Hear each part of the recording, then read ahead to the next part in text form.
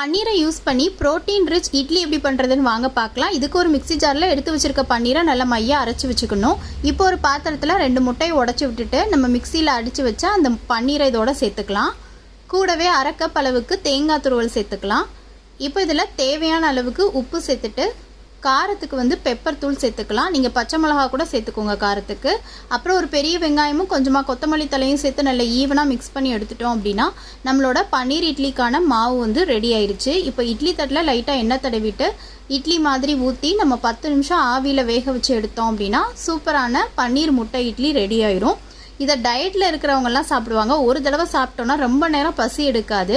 So குழந்தைங்களுக்கு காலையில் breakfast அது செஞ்சு கொடுத்தோம் அப்படின்னா பன்னீர் முட்டை எல்லாம் இருக்கிறதுனால நல்லா என்ஜாய் பண்ணி சாப்பிடுவாங்க. அதே சமயம் ரொம்ப ஃபில்லிங்காகவும் அவங்களுக்கு இருக்கும்.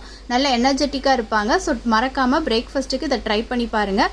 இந்த வீடியோ பிடிச்சிருந்துச்சுன்னா மறக்காமல் ஒரு லைக் கொடுங்க. பாய்.